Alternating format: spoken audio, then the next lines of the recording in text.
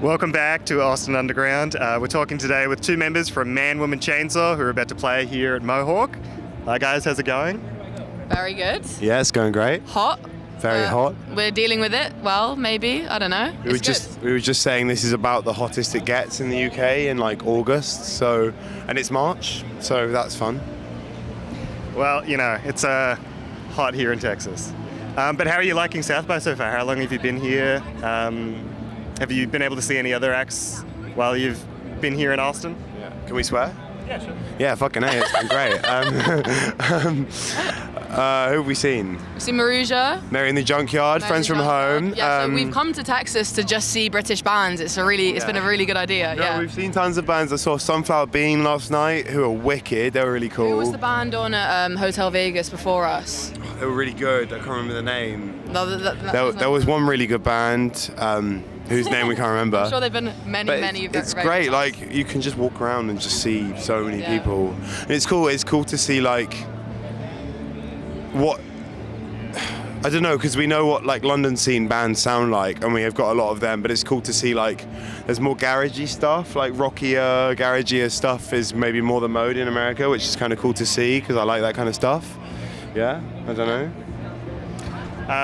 Maybe let's bring this back for people that might not have listened to your music before. How did you guys meet? How did you guys, start to craft your sound and, get on as a band? Sweet. I mean, I can take it, but Billy was really one of the true originals. Yeah.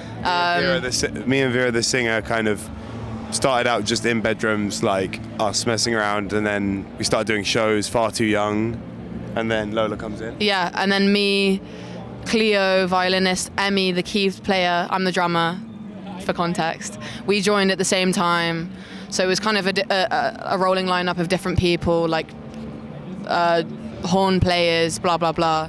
And then we kind of stuck to the violin, keys, and then rock band set up, and Billy Doyle joined later. But we all met at school, and we've kind of just known each other for ages, and I don't know. I think you guys have probably laid down more of a sound before us, and then we've kind of joined and changed it a bit. I think it's totally changed a few times, really, and because we all learned to play in band. It's everyone in this band. It's their first band, apart from maybe Billy, but it was his first band on guitar.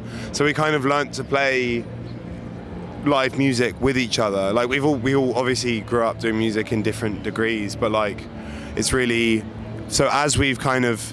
Like the changes in the band sound have actually just been our own learning curves kind of lining up with each other's. And I think now we're definitely on a kick of like just really locking in with the songwriting, You gotta bring in some cash somehow, so, Yeah. Sorry, that sounded incredibly obnoxious. Well, how was it to start so young as a band and then, evolve your sound kind of naturally just by playing and playing and playing? What did that scene look like for you guys, and how did that help you maybe? Sorry, I'm being way too eager with my hands. No, it's fine, dude. Jump in. I think it's funny because it's changing all the time. Like we're at an age where 6 months from now we're going to feel so young. We're going to look back at ourselves and think we're young now, even though I feel like, I don't know. I mean, this is I know the most that I do now. That doesn't really make sense, but you get me. Yeah. So, I mean, it's constantly changing in the way that we work together, in the way that we kind of run this as a thing. It changes all the time because we're learning all the time. It's funny. I don't know. We're still in everything's a new stage in a way, even though we've been doing it for ages. But you become more and more used to things as it goes. But yeah, I don't know. That didn't really make much sense, but it did. It felt like it did for me. And it's fun, like, in the UK, because obviously it's funny being here, because in the UK we started when we were, like, 15, 16, really young, just messing around, and you can do shows then, because it's 18 is the age, so you can just about get by. I mean, you might get kicked out every now and then, but hey-oh. But here, it's funny, because we've been kind of relegated to, we're now minors again while we're here. I mean, it hasn't really made a difference, like, we're still going out and shit, but, we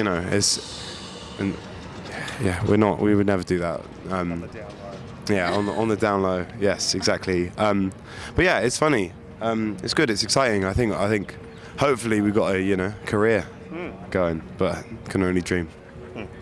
Well, I read online that you guys got your name from a book called Men, Women and Chainsaws by Carol J. Clover, which is about feminist theory and horror movies. And I think that's just such a unique way to find a band name. Do you guys feel that sort of reflects the way that maybe you think about your music, or does it hint to some deeper thing, or does it just sound cool for you guys?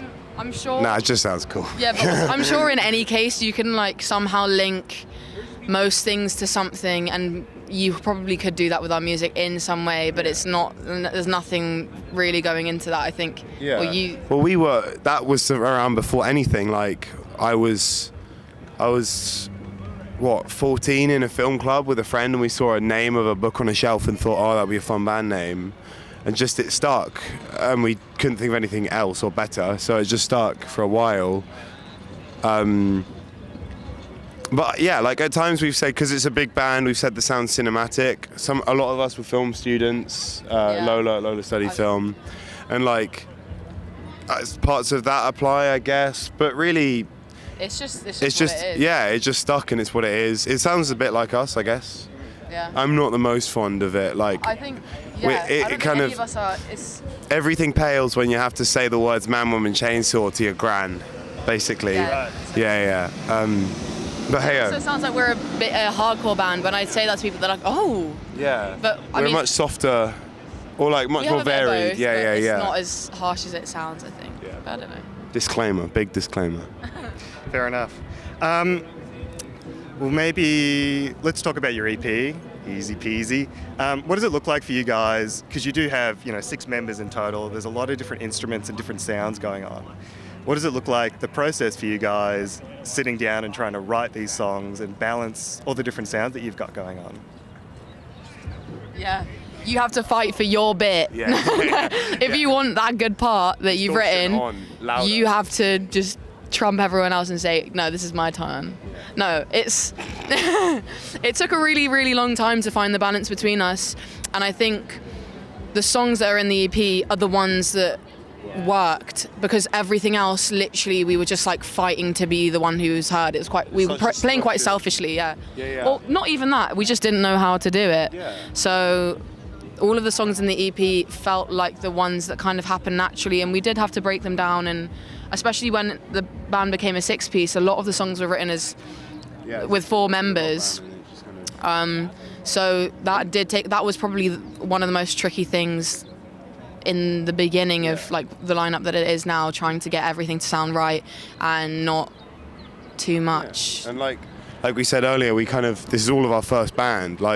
We want session cats who there's a certain amount of leaving space and knowing what range your instrument sits in, that you just still learning now. Yeah, you learn it intuitively, and it's easy to play something that just sounds good in the room because it's a big smush of sound, but then when it comes to making a record, that gets lost. And I think still on the EP there's some mud, which is fine. It's just a reflection of what we definitely recorded that just as we played it live basically, and overdubbed some stuff to some vocals, but pretty much it's the package of what we sounded like then. And I think now, going into recording, we're thinking a bit more about arrangement and stripping stuff back. And then that's making us go, shit, we don't know how to do this. We're kind of stumbling. But it's good to stumble, because you got to get back up. Yeah. And I'm just, It's fun. Yeah, life's a highway, right? Yeah. Well, I'd describe your music as being kind of chaotic a lot of the time. I love the electric violin. I think that's such a fun addition.